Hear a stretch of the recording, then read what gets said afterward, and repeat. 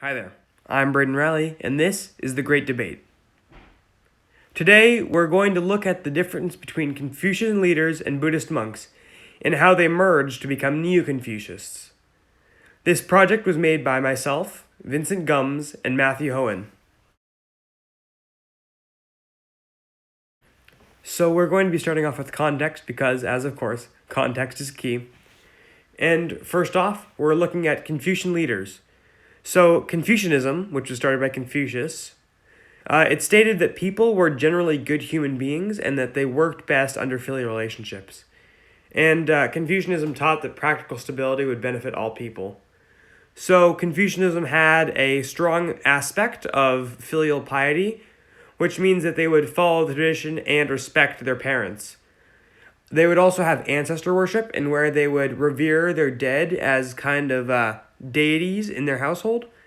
And they would also have to represent the parents and higher figures outside of the family as well. So on the other end of the spectrum, we end up with Buddhism. And Buddhism has a lot less of the practicality that Confucianism holds so dear. And it's really an idea of breaking away from society, which includes filial relationships, as well as material and substantial things that you have in life. But there was also a lot of discourse in the idea of Buddhism because a new class that came up, which is the merchant class, disagreed with a lot of the ideas of detachment because, of course, that's how they make their money. So Buddhism began to adjust their ways by making different types of sects, such as the Theravada, Mahayana, and the Tibetans. And these sects kind of had a family idea. But the sects would also teach different things to change their main message. However, they would always talk about being respectful, pious, and prayerful. And then we're able to work on traditions that incorporated the ideas of Confucius, which becomes Neo-Confucianism.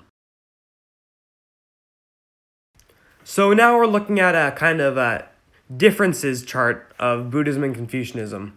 And as you can see, there's a big difference between both of them, even going down to their main ideas. So Buddhism promoted detachment. That was the major thing. That's the one thing you really need to know if you're trying to become a Buddhist. Kind of losing your family, being self-supporting, and then separating yourself from items and society so that you can finally enter nirvana. While Confucianism promotes strong practicality, which involves filial relationships, trade of ideas and culture, and then being able to go around and have items, which is why a lot of the merchants were Confucianists. Able to look at it a different way,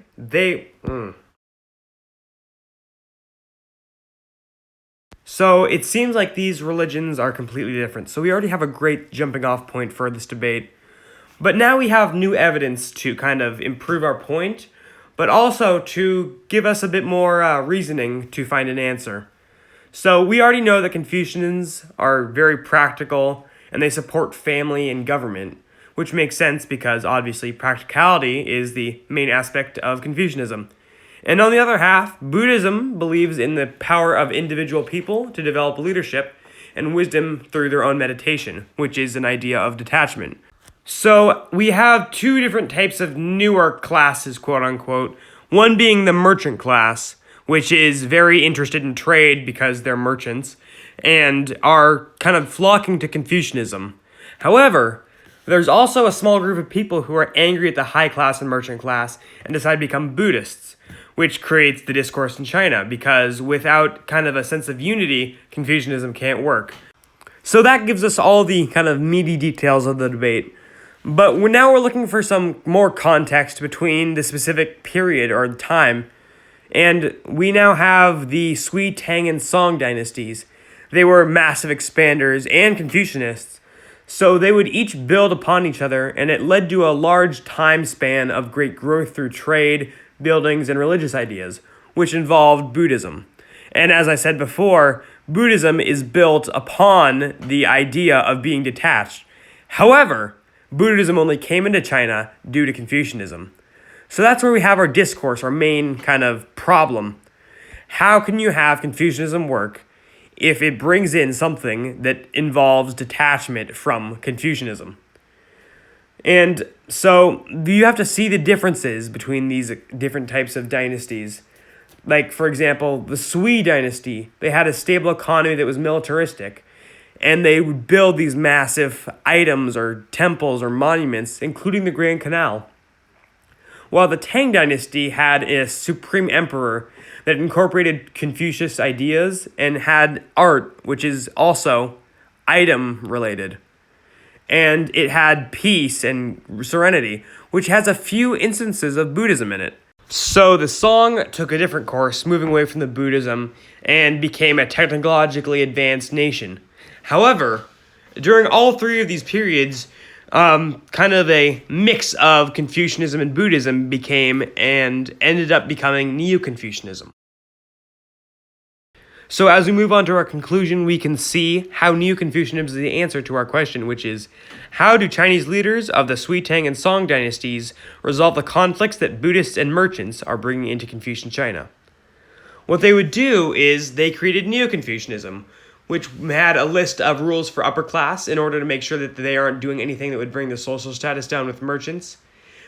They changed Buddhism a bit so that it's a bit more idealistic for money or for trade, but also kept the ideas of being respectful, pious, and prayerful, which allowed there to be a nice mix of practicality and detachment. So Confucian China became Neo-Confucianism.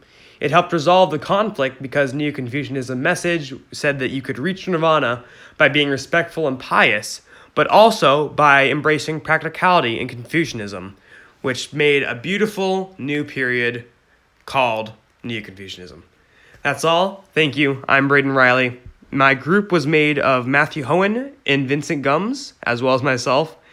And thanks for listening.